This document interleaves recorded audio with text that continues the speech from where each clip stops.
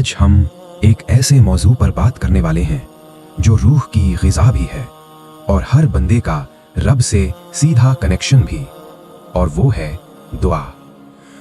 दुआ चंद अल्फाज का मजमुआ नहीं होती, बल्कि वो एक ऐसी इबादत है जो इंसान को उसके रब के करीब लाती है और उसके दिल को नया सुकून देती है। इस्लाम में दुआ की अहमियत इसलिए बहुत बुलंद है क्योंकि नबी अकरम सल्लल्लाहु अलैहि वसल्लम ने फरमाया कि दुआ इबादत का मग़ज़ है।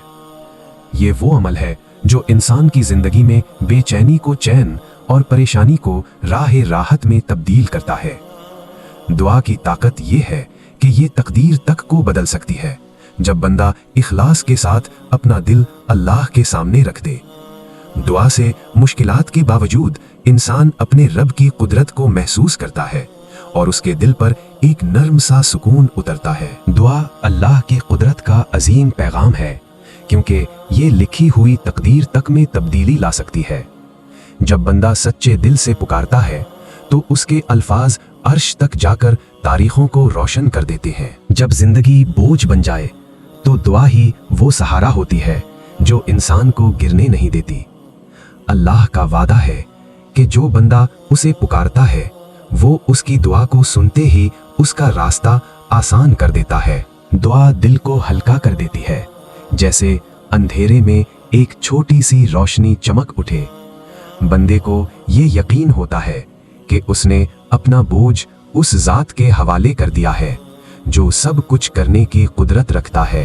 दुआ खुद एक ऊंची इबादत है क्योंकि इसमें बंदा अपनी कमजोरी को तस्लीम करता है और अल्लाह की अजमत को सलाम करता है। ये वो अमल है जो इंसान की रूह को पाक करता है और उसे रब के करीब लाता है। दुआ की कबूलियत के आदाब। इखलास-ए नीयत। इखलास-ए नीयत का मतलब है कि बंदा अपनी दुआ सिर्फ अल्लाह के लिए करे, बिना रिया के, बिना शर्त के। दुआ की शुरुआत अल्लाह की तारीफ और नबी सल्लल्लाहु अलैहि वसल्लम पर दुरूद भेजने से करें क्योंकि ये दुआ को मकबूल बनाने का पहला दर्जा है। क़िबला के तरफ रुख। दुआ करते वक्त क़िबला की तरफ रुख करना एक अदब है जो इंसान के रग़बत और तवज्जुह को मजबूत करता है। हाथ उठाकर आजिज़ी का इजहार करना उस बंदगी की निशानी है जिसे अल्लाह बहुत पसंद करता है। आंसुओं के साथ की गई दुआ अल्लाह के नज़दीक बहुत कीमती होती है क्योंकि ये बंदा और रब का सबसे गहरा लम्हा होता है। हलाल रिज़्क़। हलाल रिज़्क़ का इस्तेमाल दुआ की कबूलियत का रास्ता साफ करता है क्योंकि हराम रिज़्क़ दिल पर बोझ और रुकावट ला आता है। इस्तिग़फ़ार करना गुनाहों को दूर करता है और दुआ को अर्श तक पहुँचने की रवानी देता है। दुआ में जल्दी ना करना बहुत ज़रूरी है क्योंकि हर दुआ अपने वक्त पर कबूल होती है। जब बंदा मायूस ना हो, इंसान को हर वक्त दुआ करनी चाहिए क्योंकि खुशी के लम्हों की दुआ मुश्किल वक्त की दुआ को और ताकत देती है। और जब बंदा दूसरों के लिए दुआ करता है तो फरिश्ते उसके लिए उसी दुआ को बेहतर अल्फाज में कबूलियत की गुजारिश करते हैं। तहज्जुद का वक्त वो लम्हा होता है जब अल्लाह अपने बंदे के सबसे करीब होता है। आज़ान और इकामत के दरमियान दुआ करीब होती है। बारिश के वक्त राह कबूलियत आसान हो जाती है। सजदे में दुआ अर्श को छूती है। जुम्मा की एक खास घड़ी रहमत का समंदर होती है।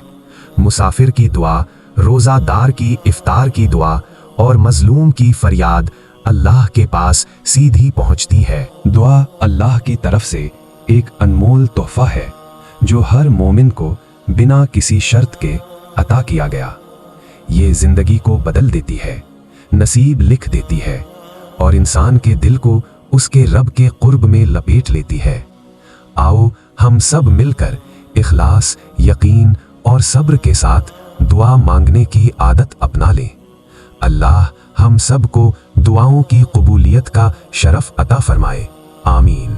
अगर ये रूहानी बयान आपके दिल को छू गया है तो एक पल रुक कर सोचिए, क्या आप जानते हैं कि आपका एक छोटा सा सब्सक्राइब हिदायत को और लोगों तक पहुंचा सकता है?